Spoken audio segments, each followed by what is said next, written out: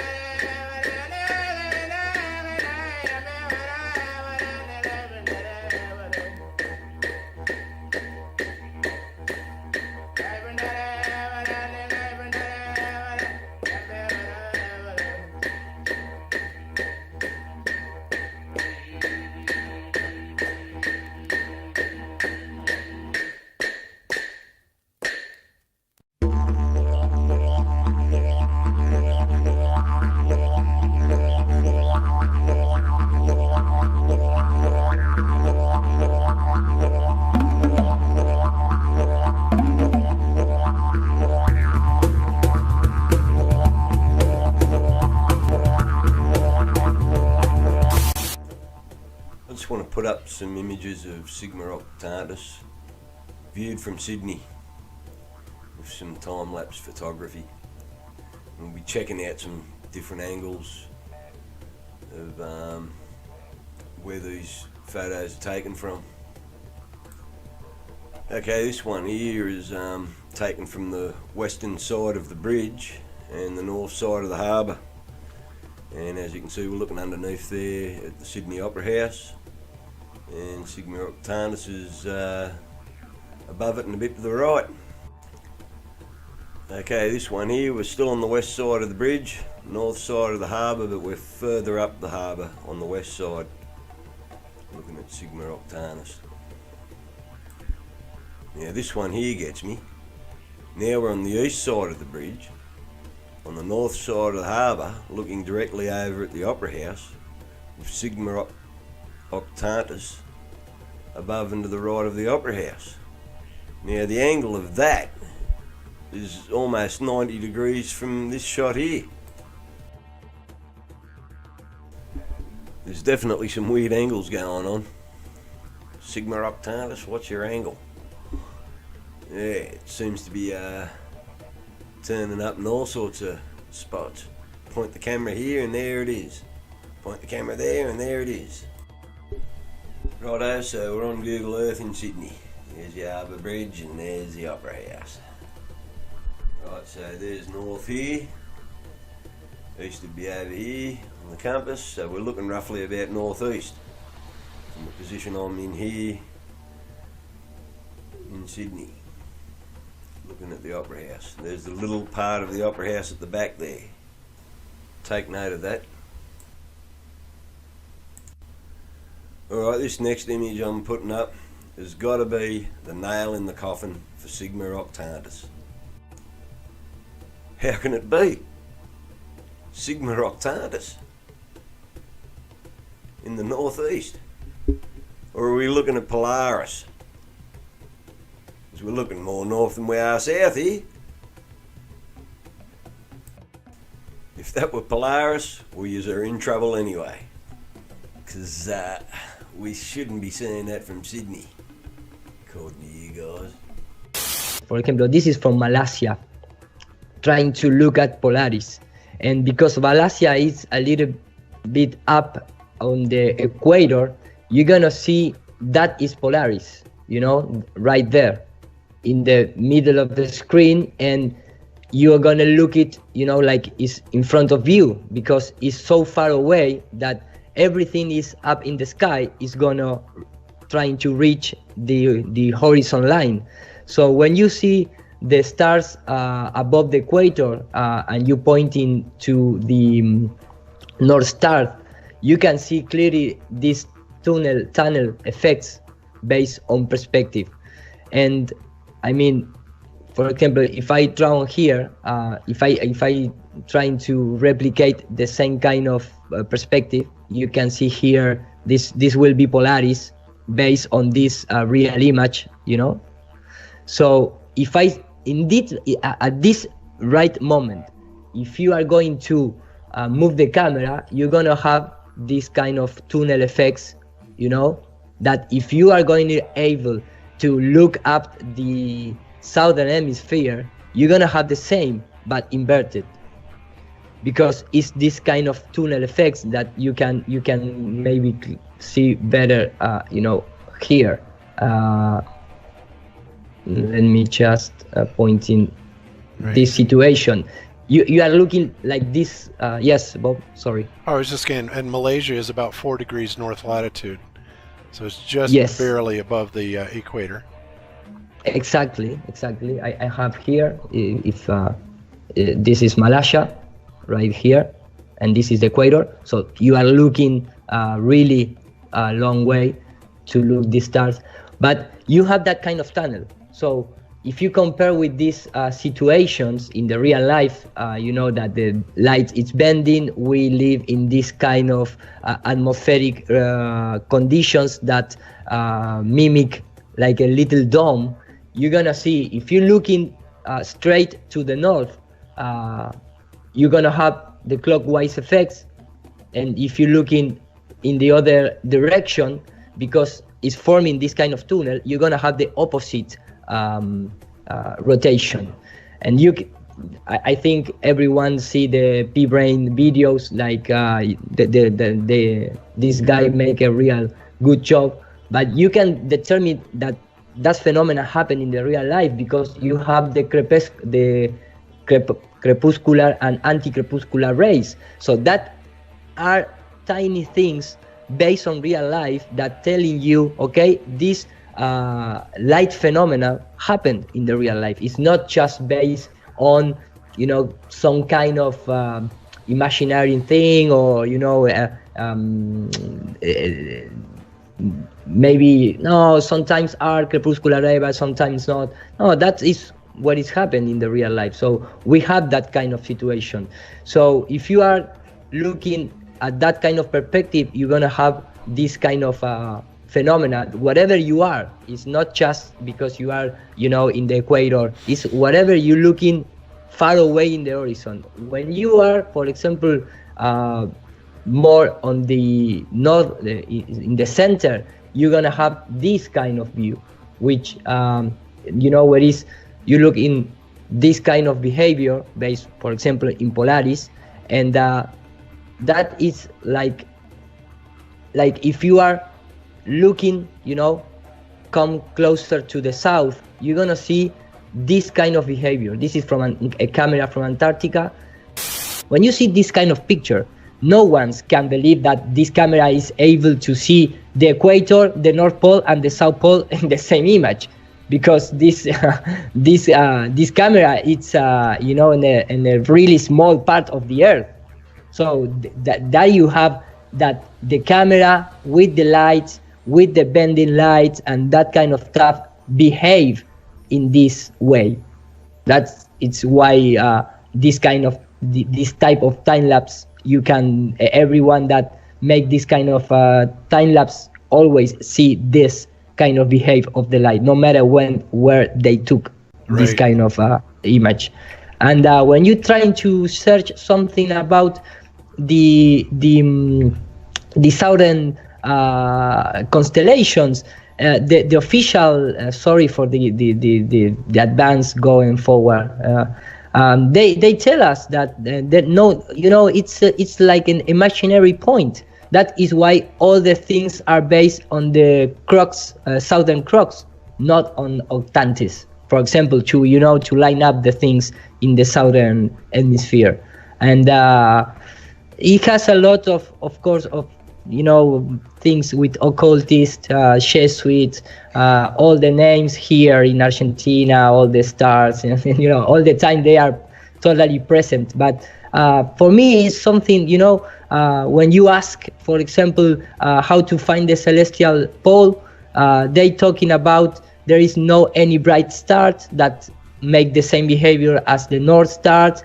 You must be take like imaginary point. And, you know, always there is problems. You know, there is anytime you need to arrange a lot of things that's called to imagination. Right. And I wonder when the Southern Star was part of the Southern Cross, probably would have been in the past that they would have had a star there to travel by, but not one in the north. But I've never seen any story or written history of that. Yeah. No, I don't even see that. There are supposedly like 12,000 years the North Star change. The next one is gonna be Vega, but you know, we don't see any kind of gradient of that change. Where is the transitions of this kind of behavior in the past? And, you know, because if there is a 12,000 years period, you have changed, you know, like 1 degree, like per year, something like that. I don't recall exactly the number, but I mean, in 2,000 years must be, you know, make a movement. You can have all the time in the center. Right. Well, you know, that's. Oh, go ahead, Bob. I was going to say, in all fairness, the Globers are going to come back and say, "No, sir, we know that that change is actually taking place because we can measure a redshift in the stars, indicating that there is some sort of parallax." Right? It's like, no, and the problem with that is Halton Arp, you know, kind of blew this whole theory away a long time ago when he explained how redshift is being completely misused, and in fact, it's more likely what redshift is part of a plasma effect, and you know, we can go into that later, but redshift is not what they think it is, and they've been terribly misapplying it all this time. So again, there is no evidence of parallax period. There is no, None. there is no evidence of parallax. In fact, yesterday I was at night looking at a guy who make all the, mathematical formulas to try to explain there is no any parallax, and they finished the video with a really, really simple experiment that you can do, which was, he says, go outside, look up the sky, focus on any star you want, and close one eye and then close the other, and if you can detect parallax with the two eyes, it's because that is really close. And if you go outside and do that, you're gonna see that you're gonna detect this kind of closet behavior of parallax with your own eyes. Well, And let me explain where parallax comes from. Parallax has to start with the model of the ball Earth going around the sun, right? So if you've already assumed that, then, because if you don't assume that, then how can you say in 6 months, when the planet is on the other side of the sun, how could you say you're getting a parallax measurement when to be in the same location would be night and day, right? If you're on 6 months later, if you're in the same location you would be on the night side, right? So that the parallax may just be because they're having to locate themselves on the other side of the planet. Yeah. So of course the stars are going to change. You've taken a ball Earth. You've said that the ball Earth is going around the sun, that it's moving some, half of 538,000 or 538 million. So let's say you're moving some 275 million, for instance, and then you're locating your location from one side of the planet to the other. Then you're measuring the stars, saying there's a change, and of course you're calling that parallax.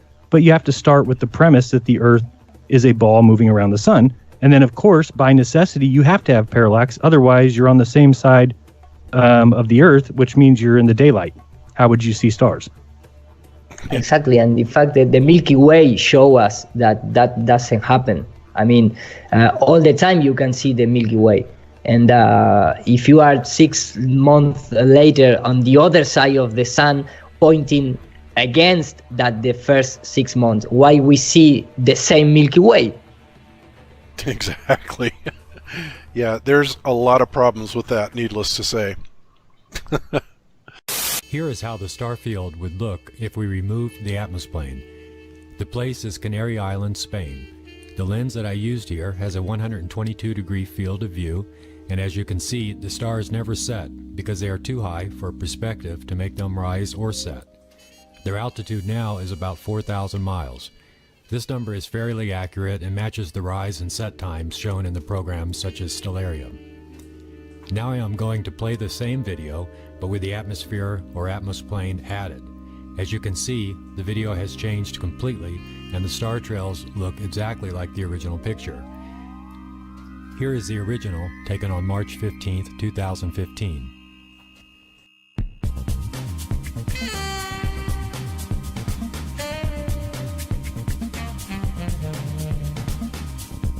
Now let's play the two videos side by side so you can see the effect of the atmosphere. We can do this from any location. They all work the same.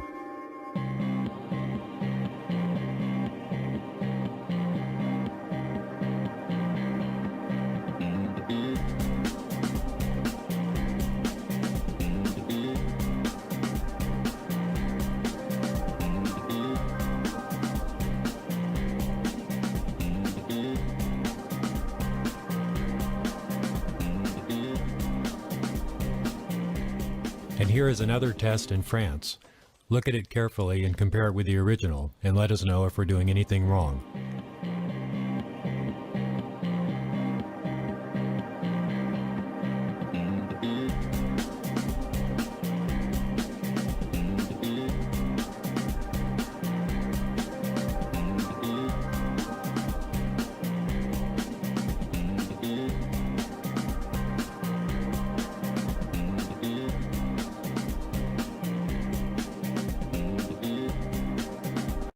What would it look like if you were standing inside a glass ball?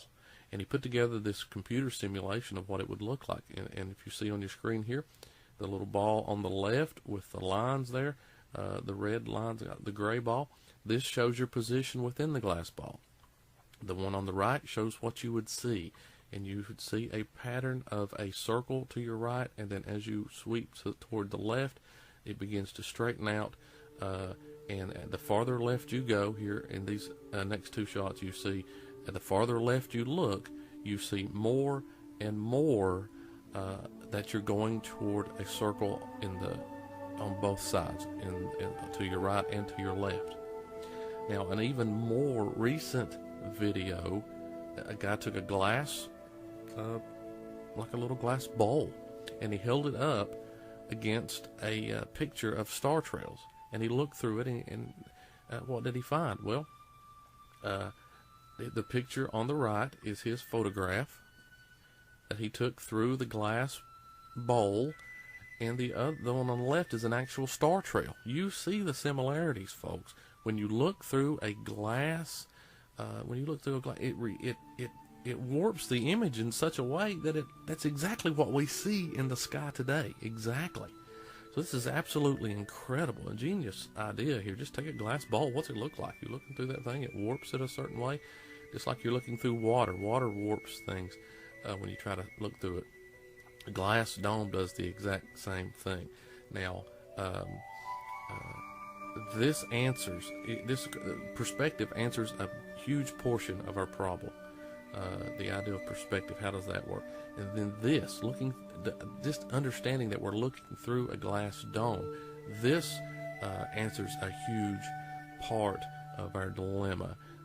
But there's one remaining aspect here to why we have trouble with this, because even these two things, there's still a huge gap in our understanding, and that is, how do we see this same pattern whether we're in Australia, New Zealand, whether we're in South America, South Africa? Why is it we always see this same circular pattern? It's one thing to understand the pattern itself. How does the pattern even get there? But it's an entirely different problem to try to understand how it is, no matter where you look, you're going to see this same thing. How does that happen? That's what we're going to explain now. Okay, the shot that's coming up on your screen now shows 3 cameras. That's what that is, 3 cameras. And what's going on here, and again, I'm linking to the video, so please go and watch it. This fella takes a curved mirror. He takes a flexible mirror, and he holds it up to the camera, and then he curves it. And as he curves it, when on a flat surface, you would just see one camera, just reflecting back. But as he curved it, the image actually split into 3 here. And if you can imagine, the camera on the left is New Zealand, Australia. The camera in the middle, Africa, South Africa, and then South America. You see how the image breaks up against a curved surface. Now, due to perspective, when we look out on the horizon, we're in the south. We look on the horizon, we see one circle. We don't see 3 like this because the perspective prevents that. We cannot see that far. We cannot see it in the same way that we can see a little, 12-inch flexible mirror here. Reflection off that is a completely different, just a completely different scale. But essentially, this is what's going on. No matter where you are, as you look out on the horizon against a glass firmament, against a glass dome, you're going to see this pattern follow you all the way around, no matter where you are. That's what you're going to get, and it's due to the fact that a curved image acts in this particular manner. This is a camera that I don't remember where it is exactly, but it's near to the equator, and this is a camera near to the North Pole. So if you can imagine this kind of distortion in the atmosphere, you can see that everything of the movement matches very close to this kind of perspective situation. And for me, the most maybe complex things to understand, it's the local rotation of the southern hemisphere, because everyone's maybe see this kind of behavior based on these glass properties. But these kind of things show us that there is this, this effect producing in the same location based on the huge perspective, this kind of distortion when you can have things like center point, then these straight lines, and then trying to come again into a center point, because the perspective is so huge that the camera behaves in that kind of way. Yeah. Hey, and Eero, can you back up to that Antarctic star trail or moon trail with the star trails a little bit? Because I saw something there that I thought was kind of extraordinary. You had the one on the equator, one in the north, and then the part where Antarctica was going across. And yes. What I saw there was, just like that. Look at that number 3. And that appears to be going straight across the horizon at Antarctica. And yes, that seems to me like that is precisely what we would expect to see if we were on a flat Earth, and not at all what we would expect to see if we were truly in Antarctica. Shouldn't we have that same spinning circle like we do at Polaris down there? It's like, that's huge, isn't it? Am I seeing this wrong? Or? Yeah. No. In fact, I trying to find the. In fact, when you are looking based, I'm going to pass very quickly. But when you are starting to even look in this kind of software, I think this is Stellarium. You can clearly see if you look north, you're gonna have this anti-clockwise situation, and if you're starting to put it back and trying to look south, you are going to see the, let me just, you can start to see how here form the pattern of the straight line, and if you start looking south, you're going to have the other kind of rotation. But this is based on perspective. It's just, the huge amount of distances and right. the layer compact in the atmosphere. So we are not, for example, just for dropping, another element run on the table. If you have this kind of behavior based on refractive properties, and I don't say that this is what is happening, but we know that exist things like the sun ducks, the rainbows, the double rainbows. So there is this kind of behavior in the atmosphere. For example, if I get away to this kind of bubble atmosphere thing, and we have an object that is going to rotate that from the left to the right, you're gonna see it inverted in this kind of scenario. Mm-hmm. Yeah. Jaren, So I was just gonna say, Sorry. Jaren kind of showed something like that with his little magnifying glass thing, and the example that you used, Jaren, where you had something that was on the complete opposite side of as seen through the magnifying glass, or that little glass dome, than what it actually was. So, and again, the same thing with the water filling up, or the glass filling up with water, changing the actual direction, the length of the arrows, their relative position on the glass. All this stuff is affected, by the lensing effect of the atmosphere itself. Exactly. So it's really difficult to understand, because we are not able to see from outside. So I mean, it could be the stars could be. I don't know if the pattern of the star is like in the flat plane, all the stars together. I think that I have some kind of depth, but that depth, we are losing that depth because we are seeing all the light projecting in the atmosphere layer, so you are losing that kind of depth. But if you start looking how the moon, the sun, and the stars leave that kind of a star trail behind, you can see that all have a relative speed, equal relative speed. The only thing that I imagine that the speed are a little different is because, for example, when you see this kind of thing, you can see the little star trail there and the big ones here. So if you base that kind of lines you base on speed, you can maybe determine that the long trails are more speed than the little ones.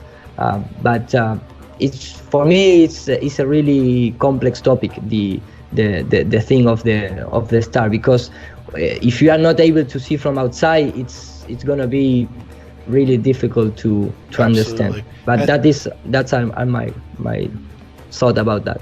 Right, and I totally understand it, because again, it comes back to that nasty perspective thing again. And just like what P-Brain was showing with his crepuscular and anti-crepuscular rays, there is a divergence and convergence in them from your particular perspective. And again, this goes back to the railroad tracks converging as they go away from you, and things compressing as they get to the atmosphere. All of this, I mean, to assume that we wouldn't be seeing that very same effect in the sky would be silly, because obviously we are. And Exactly. that has to explain a lot of what we're seeing. But your point is very well taken. It makes a lot of sense. So okay, so Chris, let's see, did you have anything else on that, or that you wanted to cover, or should we move on to the next little item here? Yeah, I only had one other thing that I wanted to point out. Okay. Go back to screen sharing here. All right. And that was, and I just saw it in the video that you mentioned down there at Antarctica. Okay, I saw the same thing in that one that Eero just showed of the moon down in Antarctica. Now you can see in this star trail / moon trail how it's starting to do a straight line, almost a smiley face, and it's tracking with the stars that are next to it. Now when you go to this one, you got the moon doing a frowny face, tracking the exact same with the stars, which I find fairly odd. And it probably falls back to what he was just talking about in perspective, the perspective that you see it. Mm-hmm. Yeah, it's a lot easier to understand perspective when you're dealing with it on a vertical basis than a kind of an arcing basis, because that tends to screw with a lot of people's heads. And honestly, that's my problem. I've said this from the beginning. When it comes to that, I'm a little bit challenged on it, and it's very hard for me to visualize a lot of this stuff. And that's why good graphics representations definitely help. And then this last thing, this is one that Bo did from California to the south. And he was talking about the doming effect. And you can absolutely see that in these star trails to the south, where you get the clockwise and the doming effect as it heads off to the south. Yeah, that's really good right there. And yeah, there is no divergence in them either. There just seems to be an arc over the top. Right, and then in my video, that's why this is like the southeast, and then I start doing star trails panning across the south, where you get the straight ones, and then, or where it's kind of arced, then you get the straight. You can see the doming effect taking place as you pan across the sky doing your star trails. Yep. Starting from the southeast, going down the center, back, or headed to the southwest. Yeah, exactly, and that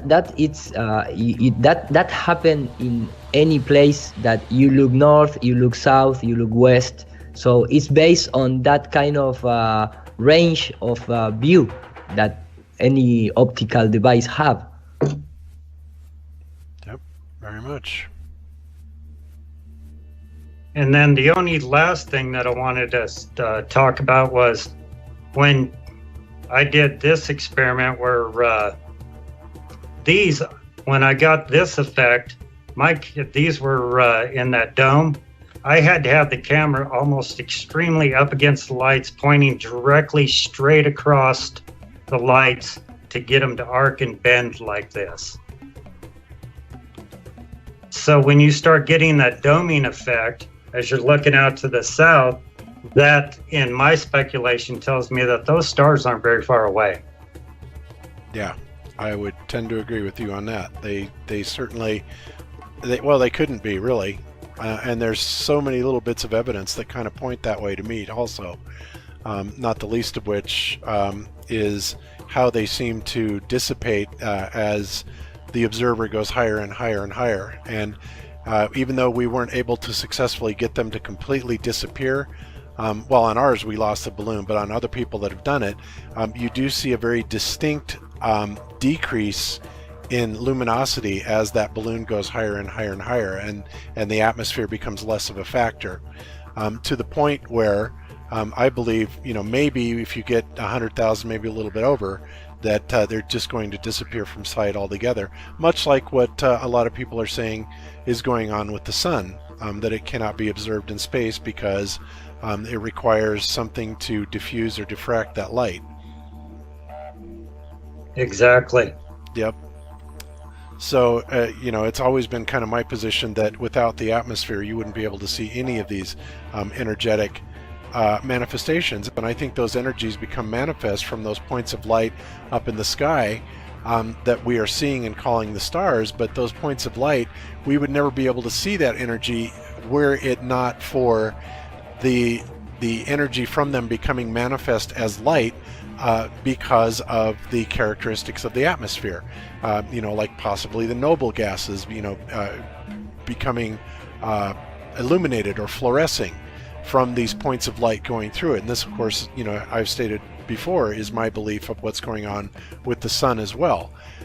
We have a lot of good proof that shows the sky illuminating long before and long after the sun is anywhere in the proximity of them, and this again has to do with the electric charge field that's around the sun itself. And again, same exact property I believe is going on with the stars as well. So, well said. You're on the sun side of the orbit. The sunlight washes out all the starlight, so you can't see any stars, just like here on Earth. There's all the stars there, and the cool thing is about it, you can see it during the day. Yeah, you can, and there's more than stars. You can see planets. You can see moons. You see the gas Magellan clouds. The most unexpected thing, I think, was the blackness of space. The sky is almost white with the light of the universe, with the uncountable number of stars. Yeah. Sorry, sir. Doing my best. Who made that man a gunner? I did, sir. He's my cousin. Who is he? He's an asshole, sir. I know that. What's his name? That is his name, sir. Asshole. Major asshole. And his cousin? He's an asshole, too, sir. Gunner's mate, first class, Philip Asshole. How many assholes we got on this ship, anyhow? Uncountable number of... Yo! I knew it. I'm surrounded by assholes. Yeah. Sir? What? Are we being too literal? No, you fool. We're following orders. We were told to comb the desert, so we're combing it. Found anything yet? Yeah. Nothing yet, sir! How about you? Yeah. Not a thing, sir! What about you guys? We ain't found shit!